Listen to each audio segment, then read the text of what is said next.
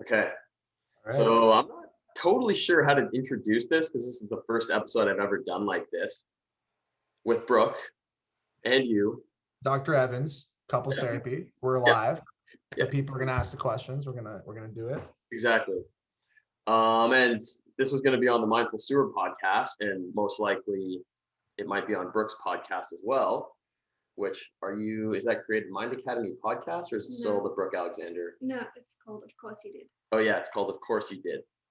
I forgot. Of course you did forget that, Sean. Yeah. Of course, Yeah. I forgot that. Therapy, here we come. This is why we're Come on, live. We therapy. got millions of people watching. You're gonna mess it up like that. Guess not. You gotta tune in, like #1 podcast in the world. Here we are live. I think you just did the intro. Yeah, You did. Okay, That was a good intro. We're good. Yeah. All right. So, I guess for anybody who doesn't know, Brooke and I actually met through my podcast, and we did a mutual episode. Well, Ooh. we met on Bumble. Let's Okay. be honest. Oh, Okay. don't forget the Bumblebee, bro. Come on. We did meet on Bumble. You're and buzzing around. It's so funny because to me, I thought that our Bumble chat was purely just about business. It was like, oh yeah, podcast. We'll be friends and we'll do stuff. And then, I swiped right on that buddy with the blue shorts on, no shirt. Oh yeah, I love that photo of him. Actually, I have it printed out and signed downstairs. I need to get I like Wow. that too.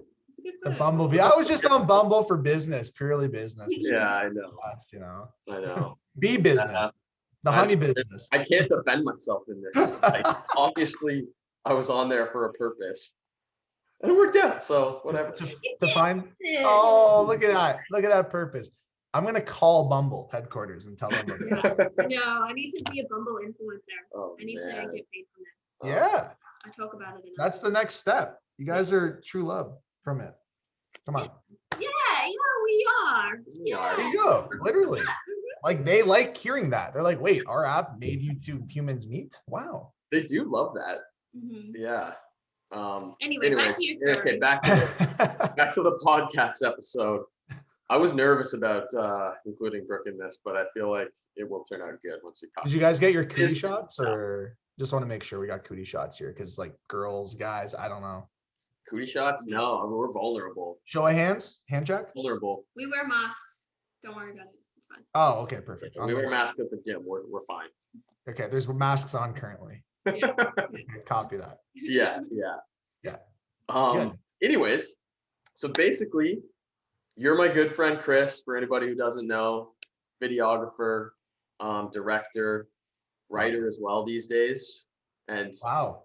I'm sure you've got more business ventures in the works that I'm curious to hear about. You just mentioned to me this morning, and Brooke has a company running NLP training and teaching people how they can scale their coaching businesses and work with clients better. And they get certified in NLP, EFT, and hypnosis, clinical hypnosis, so that they can know how to work with people's subconscious mind better.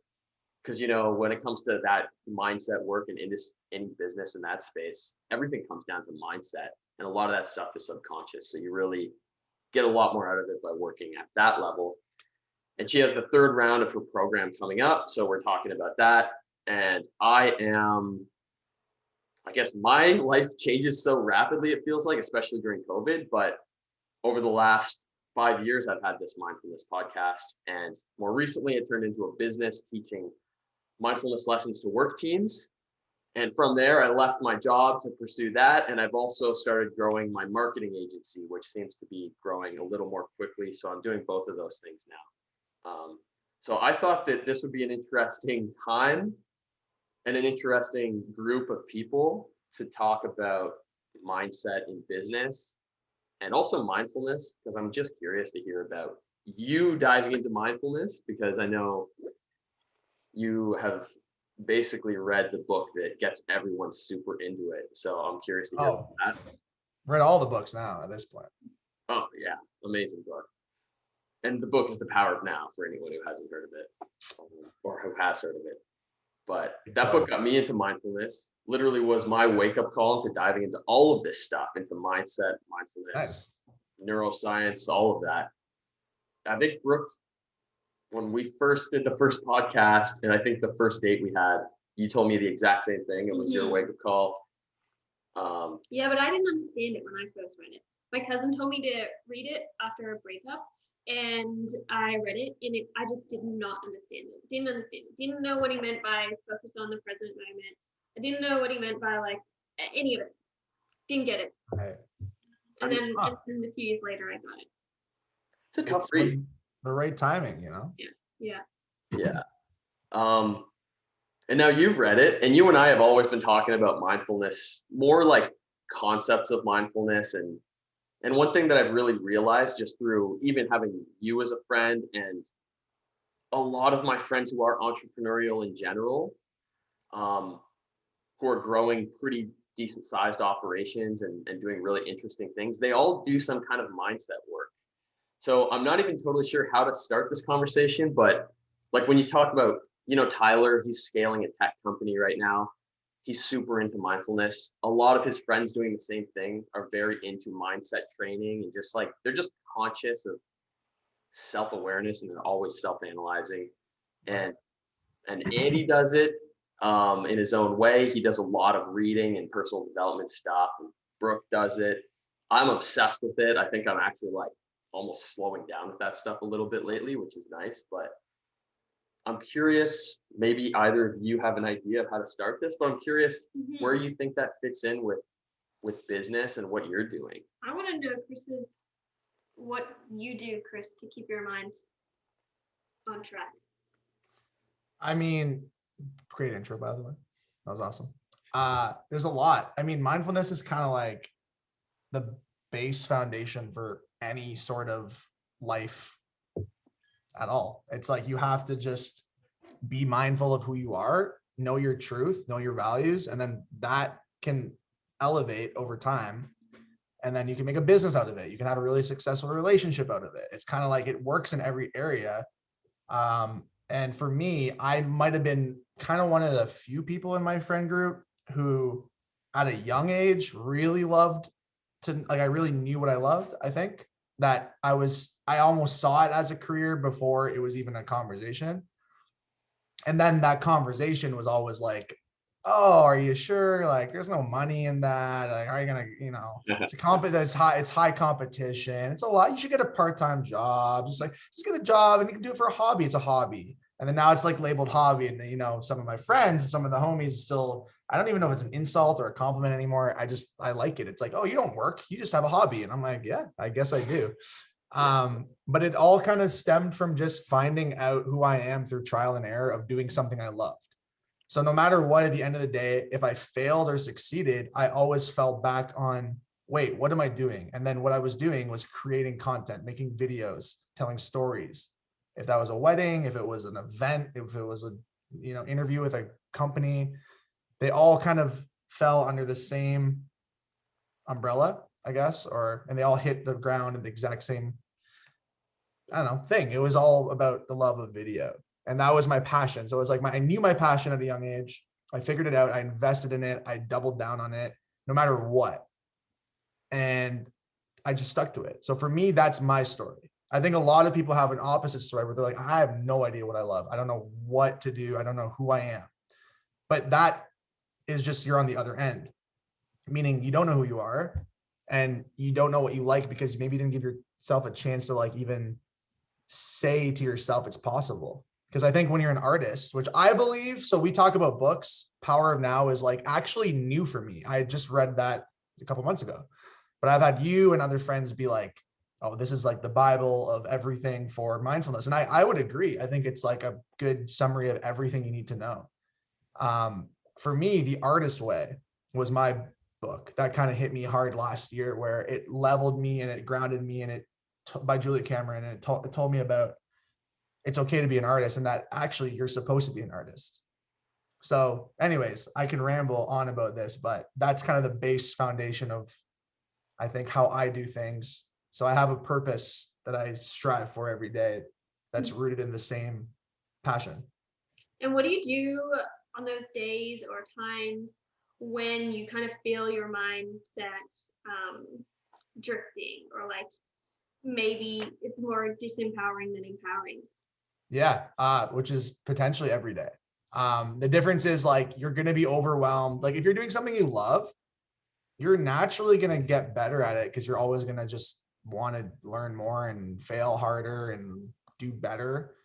So for me, it was just a matter of like, I have a to-do list every morning. Like every morning, actually, I try and do it at night now. So it's like I prep it for the next day. So I just come upstairs and I have this like, literally it's always open right here on my desk. And it's just a to-do list. And I've forced myself to just star the most important things, like, that call, this video edit, whatever. And then I'll put like an arrow between everything that's not that important, like, but it's important, like eat food, shower, exercise. Like I actually write those because it's good to know, like, oh, wow, I haven't eaten today. Oh, I probably should shower. I smell bad. And it's one of those things that I think consistently every day I always cross off. I even add things on that I've already done and then cross it off. It's like a weird habit now. But one thing that really changed a lot of my mental state in a good way was morning pages are called. And that's from The Artist Way. And it's basically journaling. So every day, the first thing I do, I don't grab my phone. I don't even grab water. I come upstairs, I sit by my window, I open a blank page on my book and I just write whatever it is. Sometimes it's a dream I had. Sometimes it's like a thought that's been bugging me. But I think the ultimate therapy for every human is to just write on a blank page every day. Because every morning, if you start with focusing on yourself before you open your phone, your emails, you even say hi to your partner, I think it's more important for you to just level yourself out, puke it out on paper. And then through that, you're naturally going to have some sort of therapy to start your day. Then you can kind of say, oh, I was thinking about like I end up writing rants about random things or the same thing. And then you see the patterns and you're kind of like, okay, well, this is the big area in my life I need to work on or whatever. So that's kind of the long-winded answer, but pages, to-do lists, being organized is always priority. Yeah. And that really like becomes a tool that creates self-awareness too, because that's where self-analysis happens. You just take a few moments to understand what's going on with you, and that can go a long way. I've mentioned it in so many of my other episodes too, but I think there's a lot, that's a huge thing you hear from a lot of people, is that they don't know what they want, or they don't know what they like. They don't know who they are. That's a huge one. And it's an interesting topic because most people know what they like and what they don't like. That is who you are. Deep down. It's just, have you ever given your permission? Like, let's say you work a day job, and I actually like skateboarding as an example, because I found this really interesting moving from Ontario to Vancouver where we live. You go to the skate park and there's 40-year-old men skateboarding everywhere. And they're like professionals. They're people with careers, homes, cars. It's just their activity.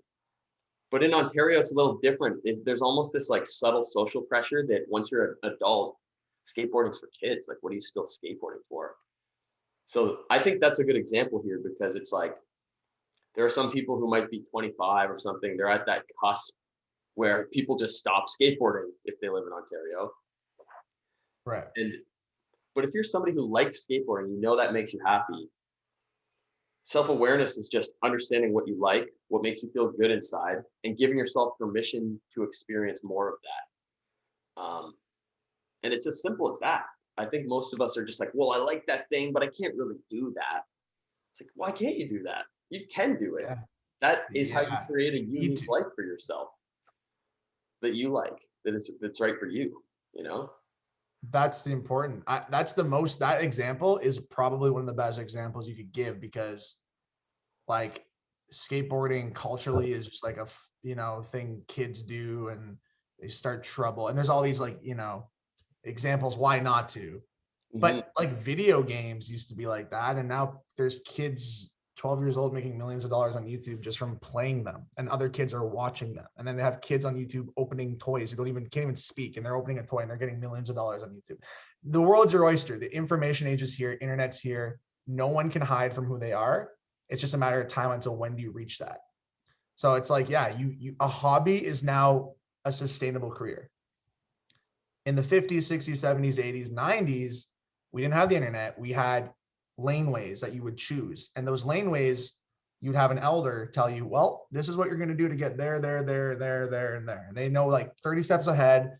And if you don't follow that little chain of, you go to school, you get the diploma, you get the job, you get the girlfriend, you get the wife, you get the kid, you get the house. Like we've heard it a million times, but if you don't do that, you're doing something wrong. So I think a lot of people do the routine and then they hit a point where probably in their 50s and now earlier because of the internet, they realize, wait, I never really liked this job, or worse, I never really liked this person, or I never really liked myself. And it's like, well, it's not that complicated to just admit it. Actually, no, it is very complicated to admit that. But I think once you realize it's just all about being honest and being truthful and just kind of like, if I like to skateboard, I'm going to go skateboard, and I need to skateboard in order for me to focus on work. So that's like the ultimate thing. It's super important to skateboard. Actually, Jordan Peterson, one of the rules is like, don't bother your kid when he's skateboarding or something. Yeah. Or let them skateboard, because like let them skateboard. It's high risk, but high reward. Yeah. They're learning a hard activity, and they're developing courage, and they're developing their own personality. Yes. And you should let kids skateboard because of that. Like those kinds of things are good for kids. It's ironic. Eating dirt as a baby is healthy. Being like gut microbiome, gut health is so important, but no one would know this because it's like, oh, my baby, oh, it's gross. It's like, no, like let them be dirty. Like there's a connection to that, like to nature. You're like, wait a minute. So it's healthy for a baby to just get really dirty and like even eat the dirt, eat the bugs. It's like, yeah, it's good actually. It's like, not only is it good, it's healthy. And it builds them. It helps them with stress when they're older, and it's like little things like that. You just don't know. But you have to think the parent giving the kid Lysol wipes every 2 seconds to clean him to make him safe. That's a scared parent. She's not living healthy. She's living in fear. So all her decisions to this kid, it's going to impact the kid without her even knowing. And then she's going to be, well, why is my kid like this? So, well, you've been literally cleaning her with Lysol wipes. Yeah. As an example. It's funny you mentioned that book because Brooke is reading that right now. Yeah. Which one? The Jordan Peterson one. Oh, nice. The 12 Rules. Yeah. Yeah, it's interesting. I want your opinion on it. It's a very like male book. Like I think on the surface, it's like guys kind of are like, yeah, it's the best book. And then a lot of girls that I've talked to, they're like, they either don't like it or they're like, they have their own take on it, which is, I love to hear that. I think I'm in that third chapter or the fourth one, and I forget what it is now because he goes for so long. I know. What it was even about, but it's something about like kids. No, I can't even remember. It's not. Oh yeah. There's also a smaller version that I ended up getting. It's so funny because I have the big one. It took me months to read it, and then there's a small one that's like a pamphlet, and it just goes through the 12 rules, and it just hits all the marks because he rants. That's the thing about him. Oh my gosh, so much rants, but it's okay. I don't know.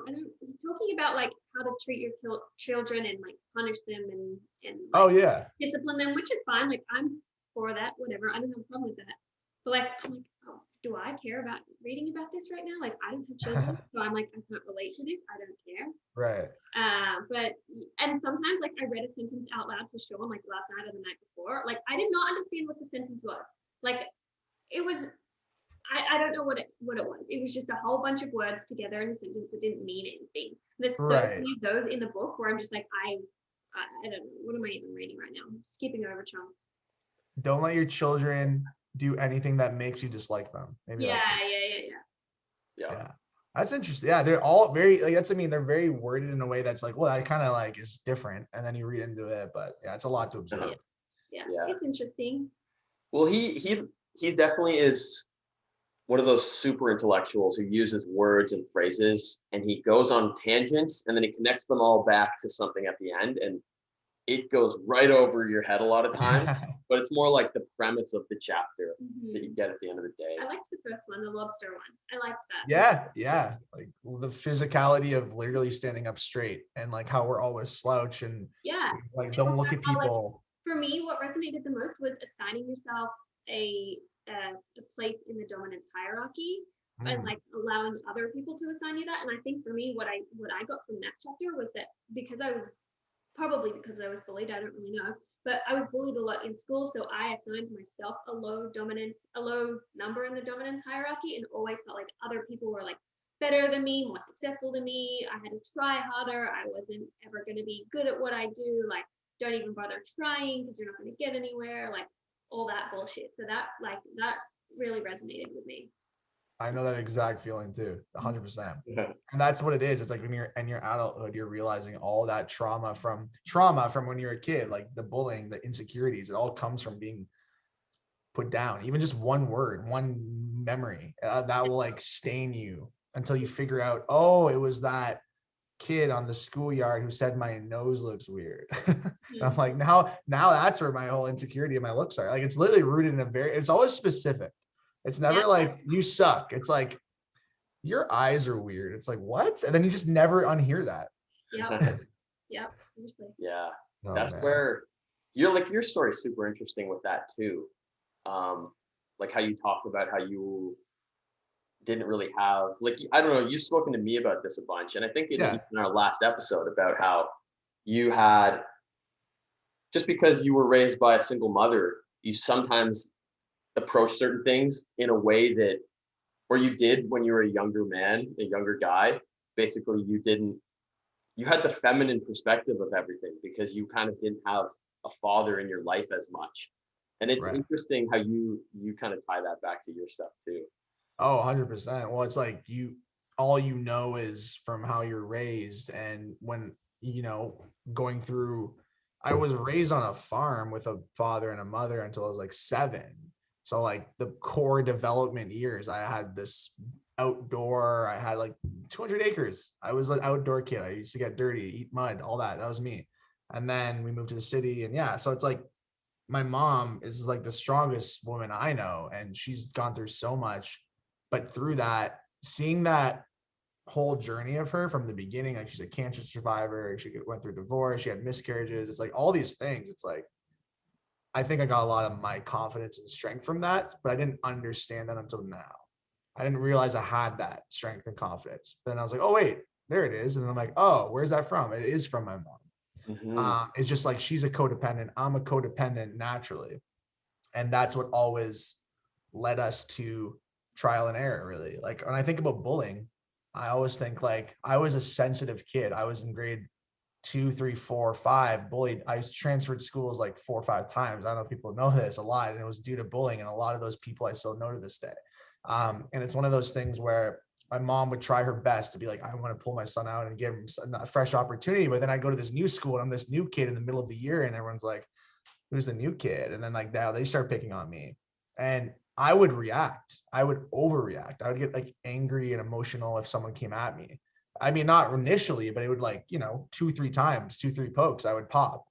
And it's like the last time I ever fought someone was in like grade 6 of the school year, not even like grade 5.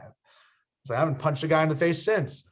So it's just funny because now looking back, I was just I didn't know who I was. I had so much insecurity because I didn't have anyone to really, I don't know, open up to about it. I guess I was an only child. So there's a lot of, I don't know, there's a million things, there's a million factors, but it's good to just now in your 20s, figure it all out slowly, but surely.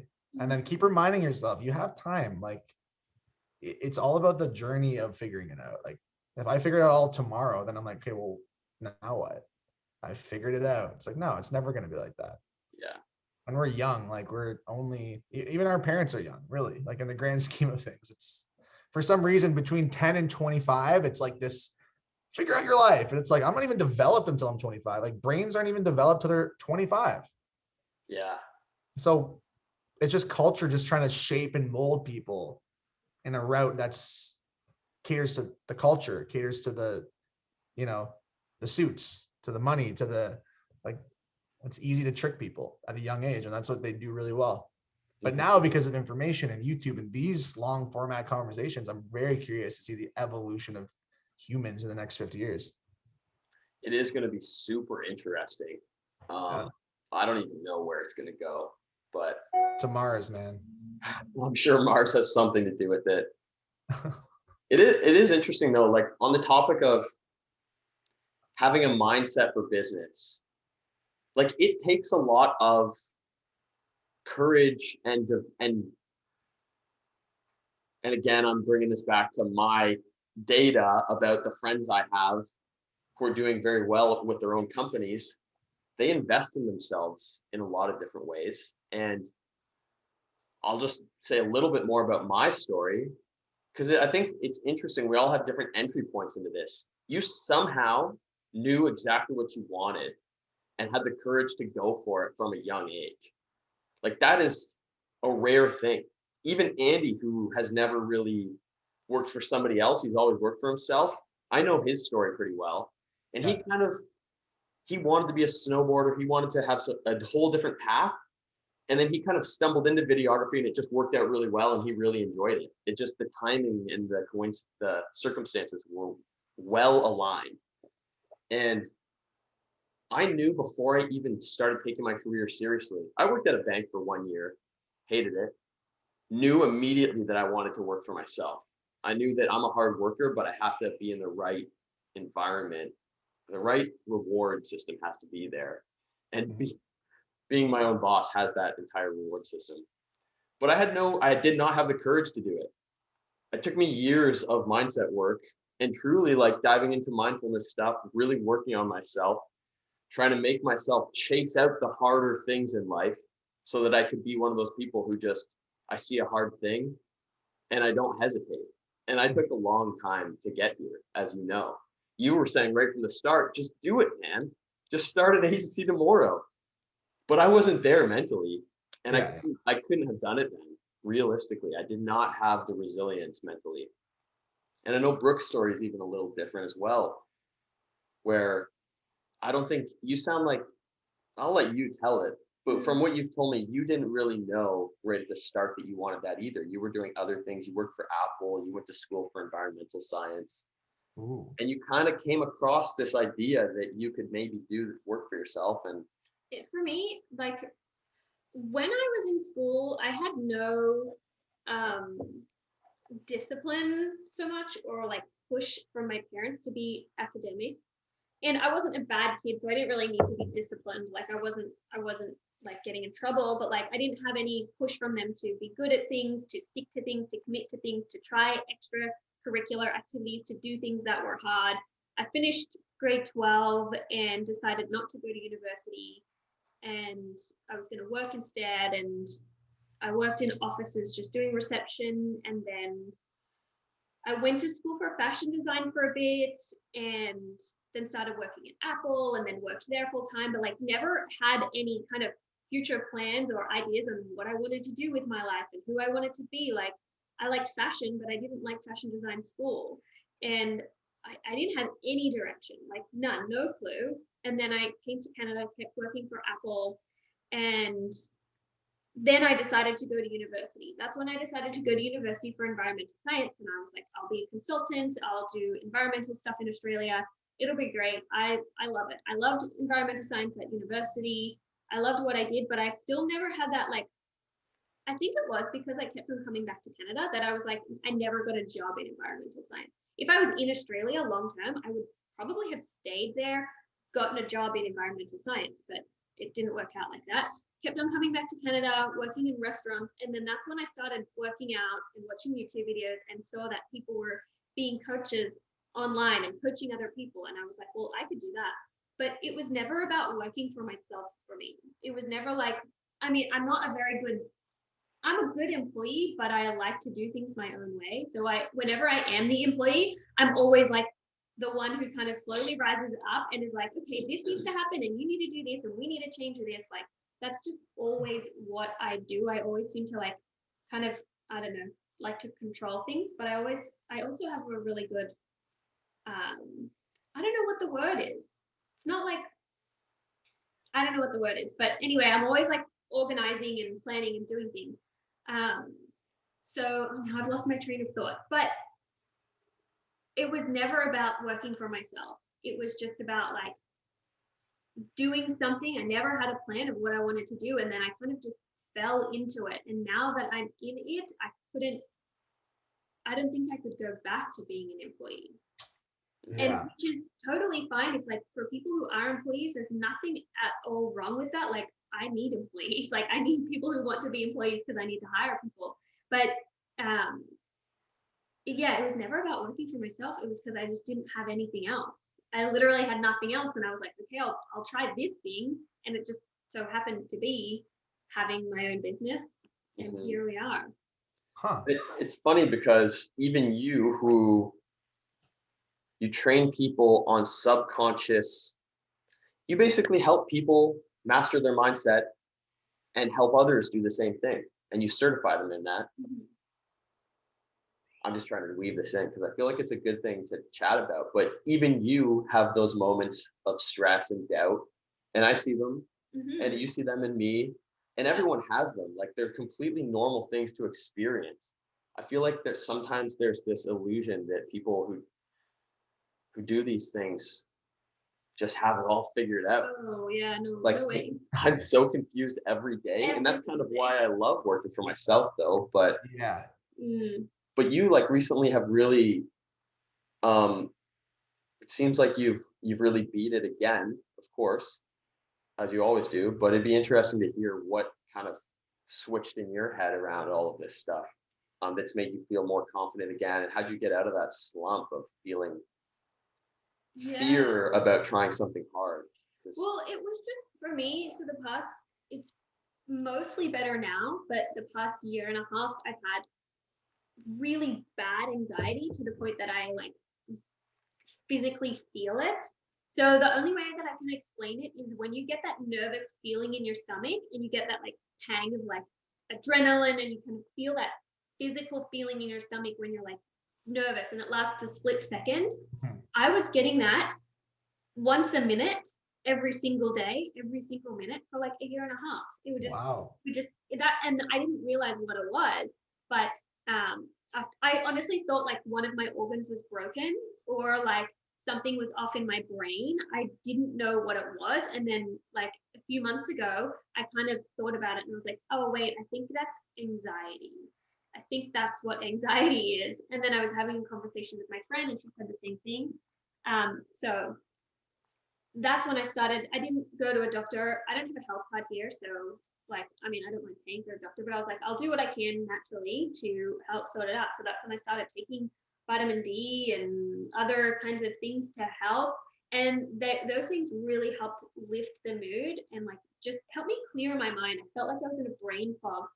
And honestly, I think it was the trauma, like a trauma in quotation marks here of leaving Canada and going back to Australia one time, like when I really didn't want to. Like I just didn't want to do it. I'm even like getting emotional now, but like it was when Sean and I had just started dating and I was like, I don't want to leave. And that just gave me like all of this anxiety about going home. And anyway, yeah, I started taking vitamins and that really helped like lift the fog so that I could start taking action and realize that I had let the anxiety dictate what I would and wouldn't do. I made it mean that I shouldn't take action. I made it mean that I was scared. I made it mean that I was going to fail. I made it mean all these things. And yeah, like it was when that cloud lifted, that fog lifted, that I could really like go internal and see that I had just been like letting thoughts and feelings that weren't based on truth dictate what I was doing and not doing. And then that really helped create the shift. And then honestly, reading the David Goggins book was like also like kicked me into gear a lot too, because I was like, I am a wuss. I've been a little bitch. And yeah, but I mean, taking it back to why you started this conversation is that we all have those times. Like, even though I am trained in hypnosis and NLP and like all of these mindset tools, like I still have a mind that deals with the normal human experience. Like we're not meant to not feel anxiety or not feel fear or not feel scared or not feel doubt. Those are all normal. They are all part of the human experience and you cannot delete them. You cannot get them away. Like they are there to stay. That is like, I really think that God or whoever or whatever you want to say, like gave us these experiences intentionally to help us become who we become when we get through them. We're not meant to run away from them. We're meant to get through them so that we can look back and say, oh, wow, I did that thing. I did it and I was scared of it. Like every single day, I don't want to have a fucking cold shower. I fucking hate it. But I do it and I freeze and I fucking hate it. But afterwards, I'm like, oh, I did that hard thing. I did it and I got through it even though I hated it. And yeah, I just, even though I'm trained in all these things, like I still have those times, and I'm grateful that I do have those tools like NLP and hypnosis and the self-awareness to be able to go inwards and say, okay, what is my brain doing right now? Like break it down into steps. What is my brain doing? What is this thing, this belief that pops up that stops me from taking action? What am I saying to myself in that moment? How am I feeling? And then go in and shift it, make that feeling a little bit different, move it somewhere else, make it smaller, take the image in my mind that my brain is making and make that smaller, move that further away. And those are the tools of NLP that help me shift those things on a daily basis. They're small shifts, but they make a huge difference. Yeah, wow. That's literally it. It's just little, it's like if you consider life this, you want it to be this, the more you just like slowly work. And if you fall from here, you're gonna just fall back. Like most people like try to do it like this, and they want that shortcut. They numb the emotions, they numb. It's like I think to sum it up for me, it was like I coined this phrase for myself, which was coexist with the chaos. And Ooh, nice. I spent so much time running, and everyone feeds the flame to say, yeah, you need to run away from those kind of people. You need to do all this stuff. Is that in there? Oh, keep going. But I wrote down one of the things I wanted to bring up was, funny enough, once Brooke started reading Jordan Peterson, I was like, realized I want to re-listen to a few of the chapters. Nice. It's a powerful book. And one of them is talks about chaos versus order. Oh yeah. And to have a good, meaningful life, you have to have a balance of chaos in your life and order in your life. Things you can't control, and you're okay with that, and you let them be uncontrollable. And the things you can control, and they bring you comfort when you need it. Exactly. And you said be comfortable with the chaos, and I was like, well, perfect. This is a great segue. So anyways, continue your thought.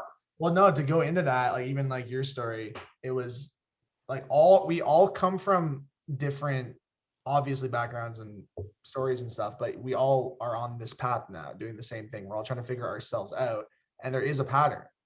And I think we're all realizing, oh wait, that's kind of like similar to my thing. But then some people might look and say, oh wait, like I never knew what I loved. I never knew that. Like you were saying, you didn't even know, right? And then I think for me, the biggest lesson that set me back, what always set me back, was when the chaos came, I would like listen to it.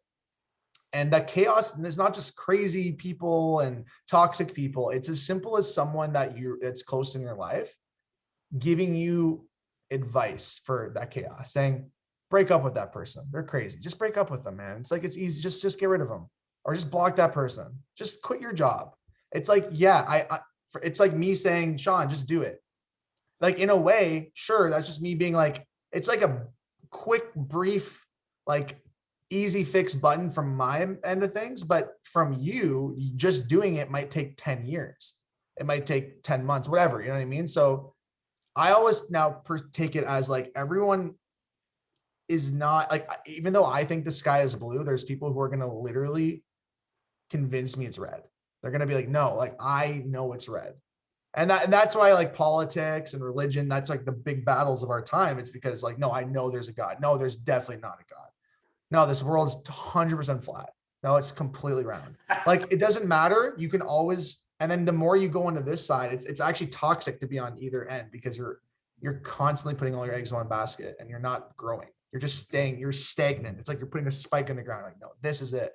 Yeah. I feel like I'm ranting, but like for me, catering to the chaos is never a good idea, but coexisting with it is probably the best idea. At least someone for me, where, as you know, I have a very chaotic life. When it's like my career, my upbringing, I just look at it's a pattern. Like I was brought into a chaotic world. I was adopted. I went through divorce with my parents. I went through cancer with my mom. I went through changing schools 6 times. I went from not having any like real friends to like gaining friends. And then deciding I'm going to do a crazy career. And like, I like videos. That's fun. Makes me feel good. I love the reaction people give me when they like what I do and they see themselves on it. That was awesome. And I just kept riding that wave and we're climbing. And it's chaos. It's absolute chaos. Even to this very moment, I love my life so much, but it is so chaotic. And if someone wants to know, hey, Chris, how much money do you make? I'm like, I don't know yet. Ask me at tax time. Or like, what are you doing tomorrow? I don't know. I check my to-do list. Like, what are you doing next month? I mean, I may have, like, I don't know. I go from like completely unemployed to so overwhelmed with work. And it's just it's an up and down. It's feast to famine.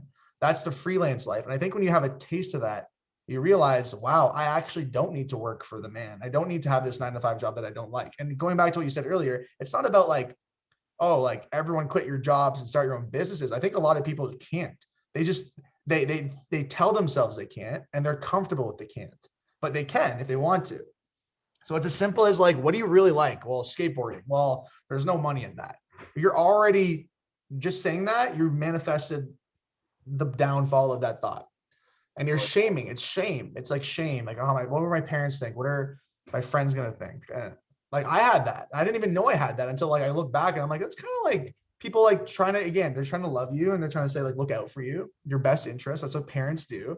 But parents who live by fear will not let their kids do things because they don't want, they want control for safety. And it's all out of love. It's never like usually it's sinister. It's just ironic how when you let your kids skateboard, they're going to turn out better.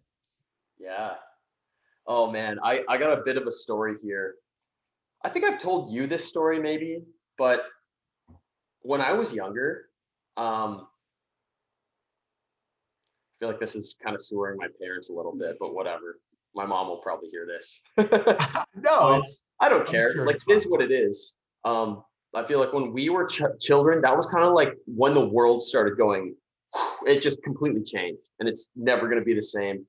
You can't even compare it to 5 years ago anymore. Like every 5-year chunk is going to be completely different. Yeah. Realistically.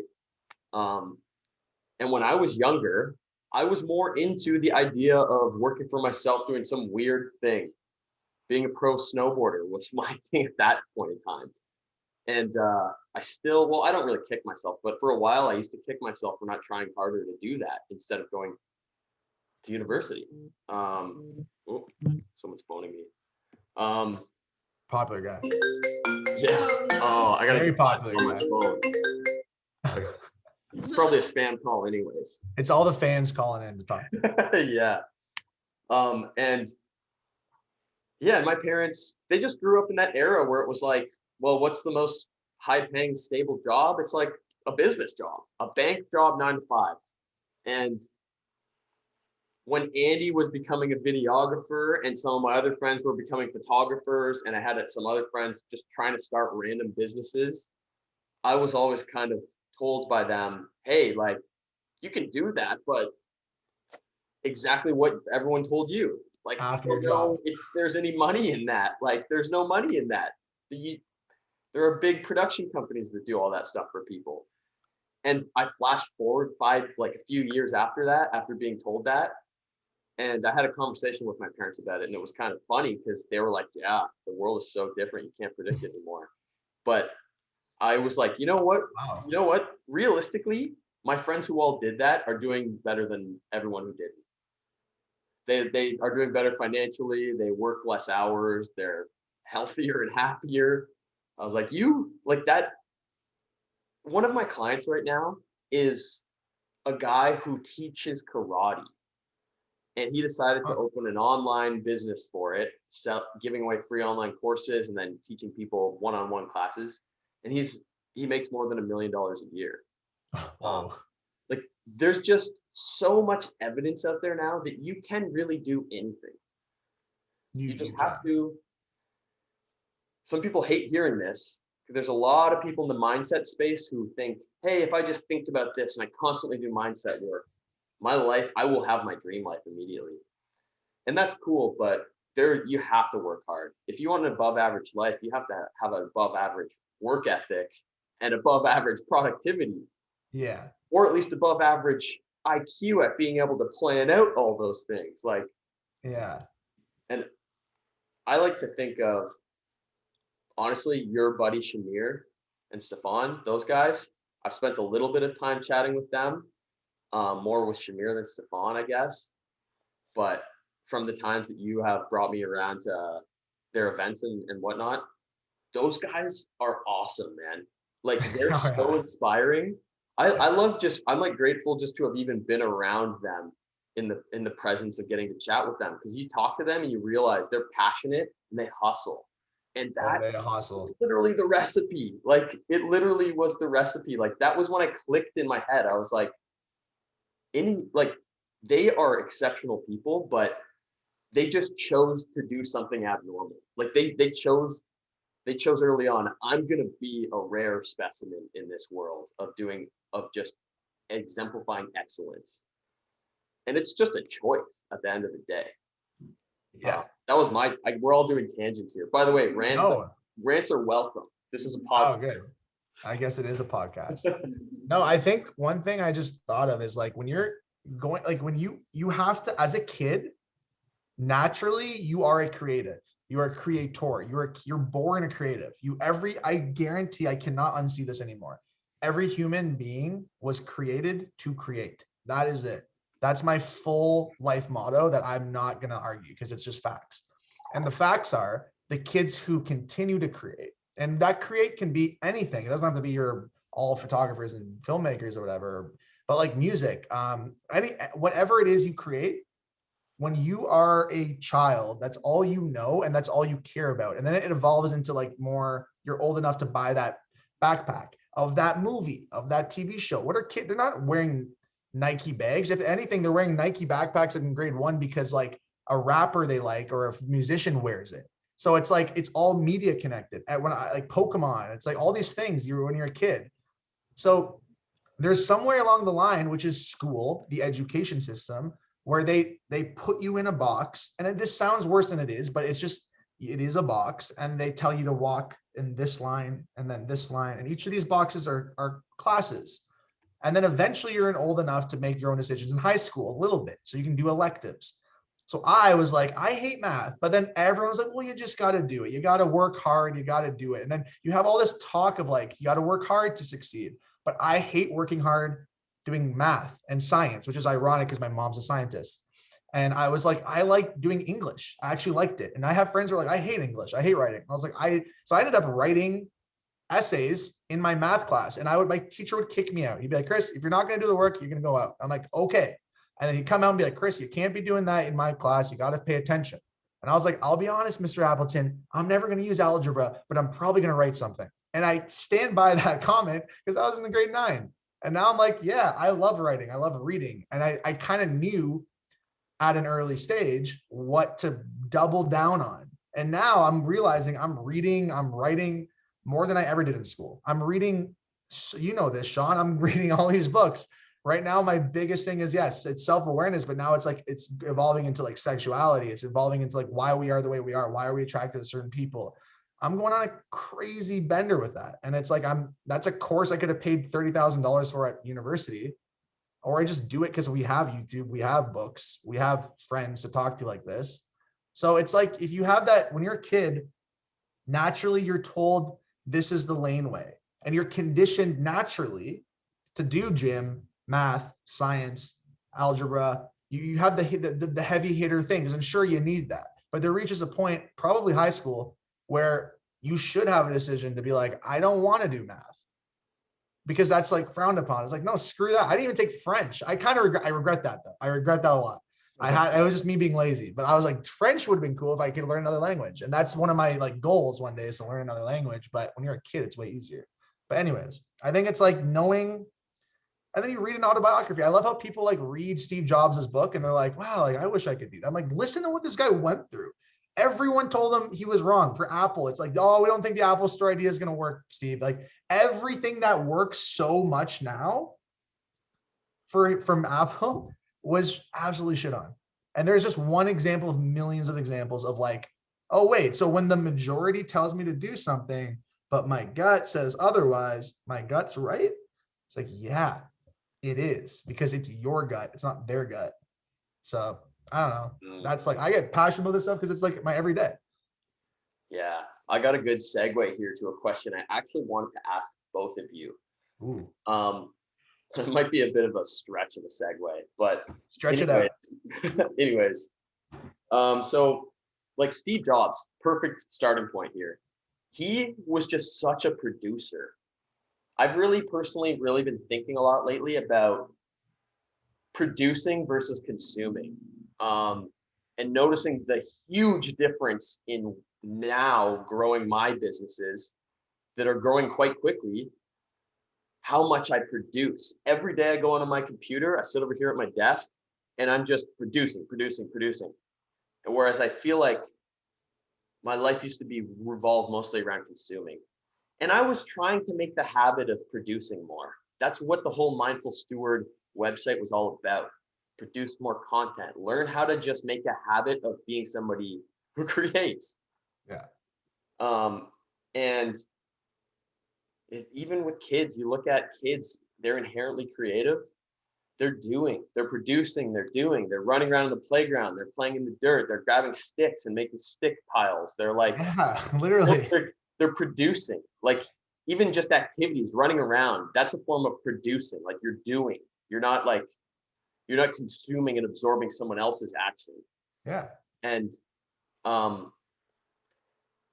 one thing that I've been really critical about social media.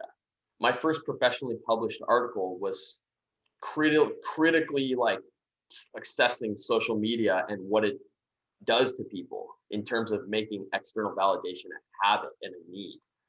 And that was 7 years ago, man. That was so long ago. That was how I started the Mindful Steward. That was the very first thing I did. Was when I had a job interview with Herschel Backpack Company for a marketing coordinator gig. And the guy, I was super grateful for this. I got rejected by everyone I applied to. That guy gave me a chance, hopped on a call and told me straight up, you're not getting the job, man. But it's because people are out there producing tons of stuff. They have so much to show for themselves. And I was in Costa Rica with Andy with a torn ACL, just learning how to surf and sitting around pondering my life, what to do next. This was right after university. And I was like, I'm going to write an article about the one thing I really think about a lot lately. Is social media really good for anybody? And I've really come to realize that all kinds of people use it differently. And it's not inherently bad. For businesses, it's good. There's a lot of people who it just comes down to optimizing your life. You optimize towards the things that bring you more of what you want more of. And you own a business, you share content, you get a lot of work from that because showcasing your work matters. Brooke gets most of her clients and the people who choose to do training with her and get certified for her program through Instagram and social media. And I delete Instagram for weeks and months on end and just don't go on it. Yeah. But it's all serving the same purpose for us. Like we're just optimizing for what brings us more. And I think it's an interesting thing because there's a lot of people out there who talk about all the things they want to do and they have big dreams and big hopes, but they're on Instagram consuming. And you only have a certain amount of energy every week and every day. And if you choose to spend on something that doesn't bring you anything, that's questionable. But it's really different when it's people who actually get something from Instagram and social media and TikTok. And it is kind of fun. I like going on Instagram. I think I'm a visual person. I love the inspiration, but it's about optimizing towards what brings me more happiness and joy. And you know what brings me more happiness and joy is hopping on my computer and thinking of cool companies to work with that end up paying me money remotely so that I can go and surf and make money and do the things that I want to do, which is remote work and run a remote company. So I'll just hand it off. Well, Brooke, why don't you go first? And then, yeah, I want to hear your takes on this because you guys both, I've heard critical assessments of social media at times, but it's also not a bad thing for everybody. It really isn't. You want to hear what I have to say about social media? Yeah. Yeah. As a person who, social media, like Instagram is the way that people find me the most. This is what they tell me. Which, like, I don't particularly enjoy wasting my time on social media and like spending and like sitting there for hours scrolling. I don't enjoy doing that. However, I do enjoy creating reels and making posts that people like and connecting with people and meet, like I've made friends through social media. I love when people do find me on Instagram and um, sign up for my program or ask me questions about business or whatever it is. So I don't have like a solid opinion on it. I don't think social media is the problem. Like Instagram isn't the problem. It's a symptom of the way people are trained to get instant gratification.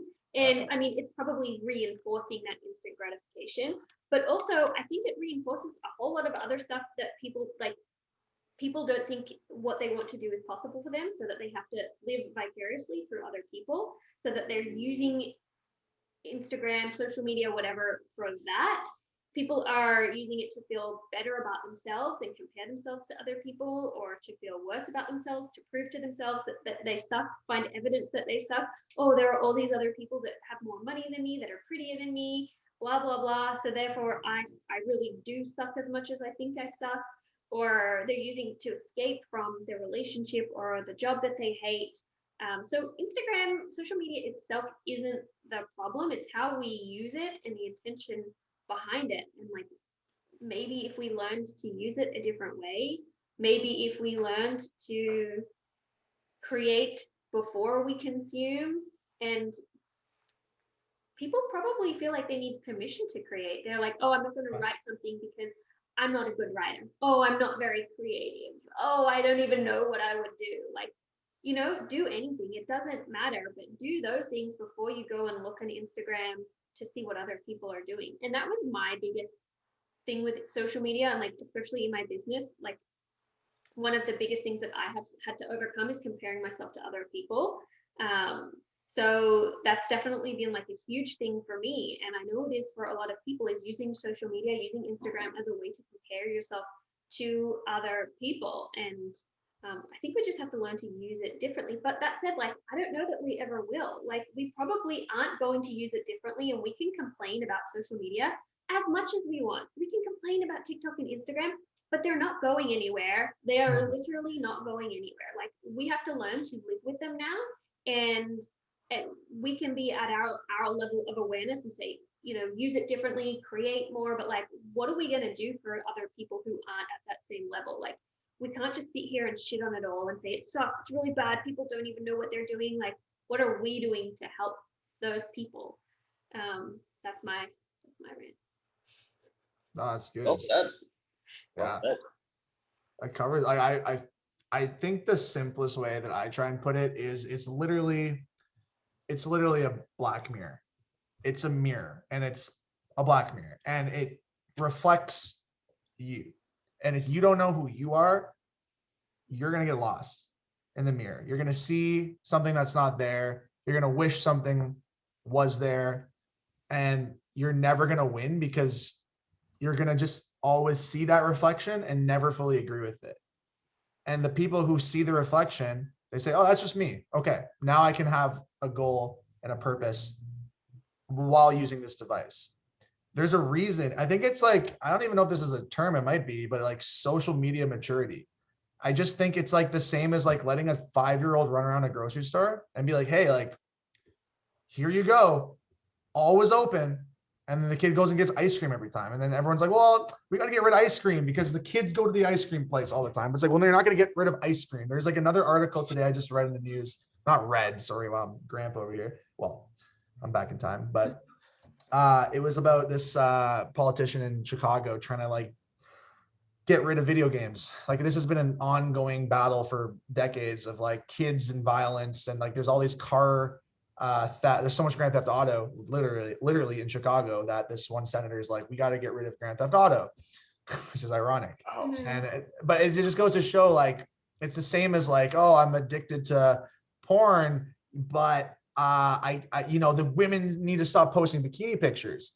It's like, okay, well, like you have to figure out where you're at before you react to the world. Like the thing about the internet is it's the Wild West. There's no rules, and it's slowly becoming more regulated, but we just got the internet like 10, 15, 20 years ago.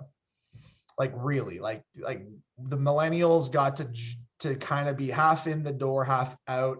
So we have that upbringing where we got to we had to call our friends on the landline.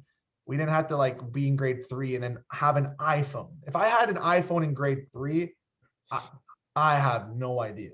I had to go to my neighbor's garage to sneak a look at a Playboy magazine and then run for our lives when we thought he was coming. Like, it's like you now I have the world's your oyster at any age. And that's why there's probably so many divorces and there's always so much more mental health. It's like people don't know who they are.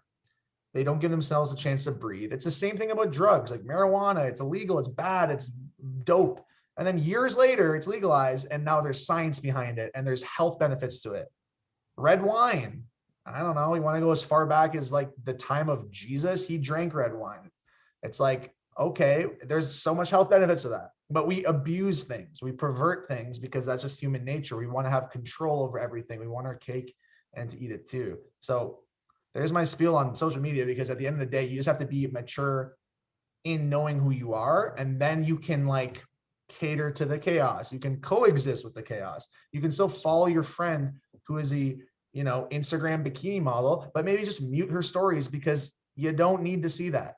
But if she's going to DM you about something important, you can do that. They literally give you the tools to do this too, which is funny. Like watching Instagram evolve as a platform has been so interesting to me, because I remember fights about like the following page, or like people would be on that page like, look at all these things, look at what you liked. It's like, whoa, it's right there. I liked all those. I'm still suffer from this condition of liking everything, as people know. But I'm just saying, like, now they removed it, and I looked into that deeper, and there were people like killing themselves, and there's people like there's crazy shit happening because of they saw something on Instagram. Yeah. And I'm like, wow, that's the power of the Black Mirror. That's the power of, if you really don't know yourself, this is the ultimate time in history to really fall flat on your face over and over again.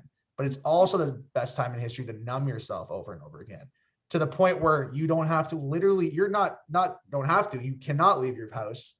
So now there's a reason, like I look at 2020 as like, honestly, one of the best years of my life for growth. But that was just for me. While I had friends who were like suicidal and depressed, and I'm like, wait, like I'm so far on this side that the thought that people are on this side, I had to like really take a step down and be like, oh wow, like, yeah, like that's where this is how we live now. Like people don't, there's so much less hope, but there's so much hope if you just open your eyes. Like you can start that business that you're so depressed about.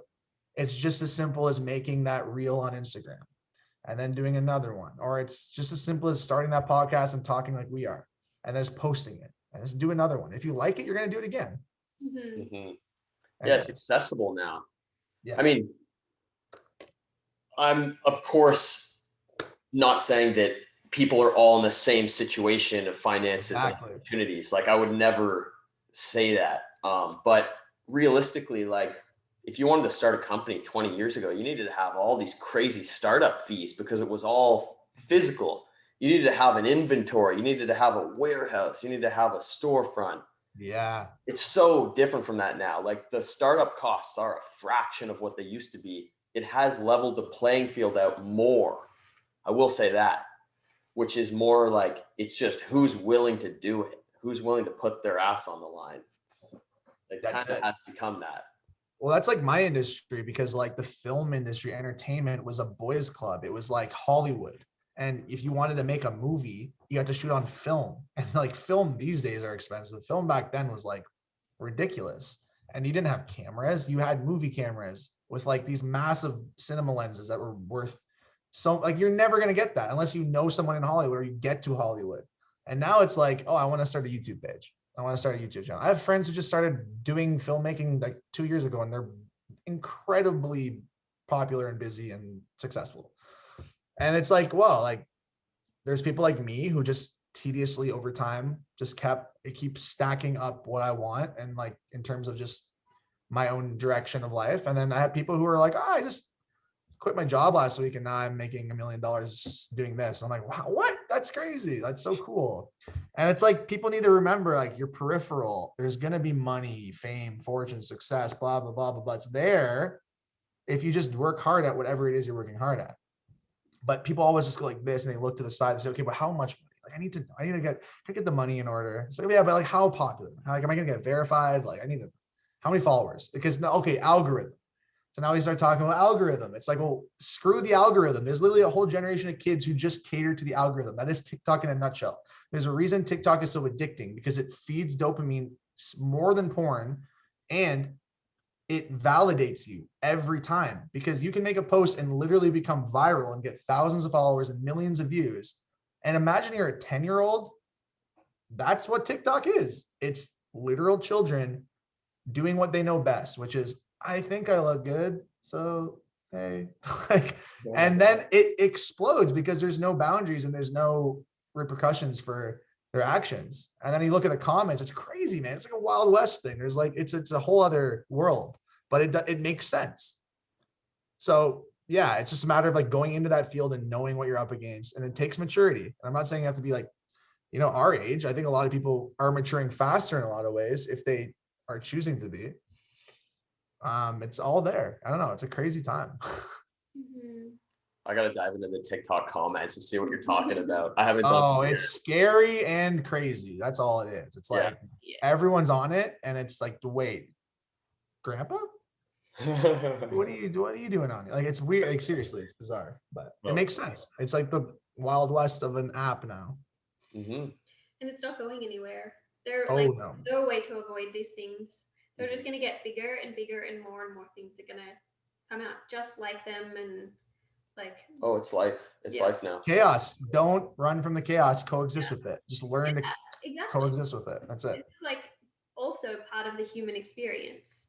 Like, who's to say that this wasn't all intentionally planned, as well as like a hurdle for humans to get through, to experience, to deal with more shit consciously, so we get through it to the other side, and who are we going to become as individuals and as a species, a society on the other side of all of these things? Are we going to implode, or are we going to get smarter and more mature? Like, what's going to come of it?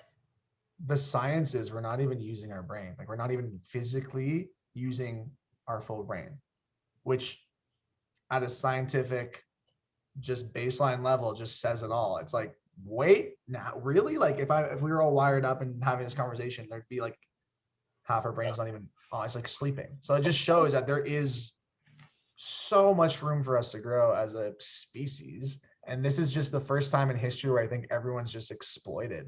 You can't hide. There's no room for error in a lot of ways. I think that's the fine tuning right now. So there's like cancel culture, and there's people like, there's really no forgiveness, I think.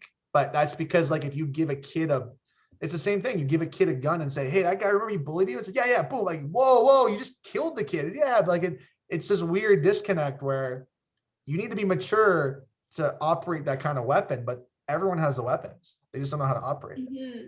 I wonder if this is going to lead to, as a species, as we evolve, maturity starting at a much younger level. Like, the level of maturity is going to increase, because we're just going to we're like being forced to, when we do all of these tools that are being used as weapons, mind weapons, whatever you want to call them, physical weapons, but we're going to be forced to mature so that we don't kill each other.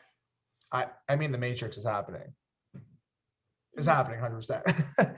Like, it actually is going to happen. I've invested in Earth too. Like, it's there. And it's funny how, I think there are going to be literal babies, infants who are like much more mature in ways physically and mentally than we were. And there's going to be the opposite, where they're so far gone. And like, things are like, I think the extreme of both ends. It's like right now, like we're getting stretched on two spectrums. It's like the immaturity and the maturity. The people who are mature, it's like we have Elon Musk, and we have people who are like Jordan Peterson, and like they're changing the world. And then we have people who are just completely trying to ruin that. And that's just humans. But it's just because we have technology and we have this platform where we can talk wherever we are in the world at any given time to whoever we want. People have become disposable. And I think that's the issue at the root of it all with social media and relationships and even business mentality, because it's just, I'll just start another business. I'm bored. Everyone's bored. If you say you're bored, it just says a lot about where you're at, because like, what's bored? I don't even know what being bored is.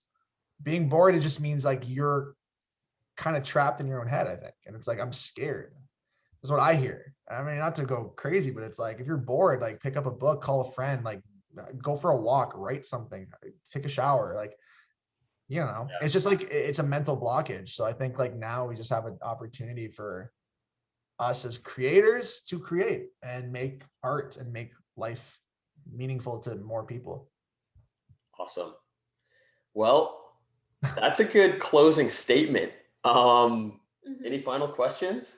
No, I'm good. I think it was a great chat. Yeah. That was a good little chit chat, guys. That was I good. hope it wasn't too off topic, but no, that was perfect. You got to just flow wherever these conversations take you, Fair. But that's it. Hey, just figure yourself out, figure who you are, and then you'll figure out your business. Yeah. Why would you invest in a company you don't like doing? Just because it's money? Well, it's not sustainable. Just because there's clout, it's not sustainable. Do you love it?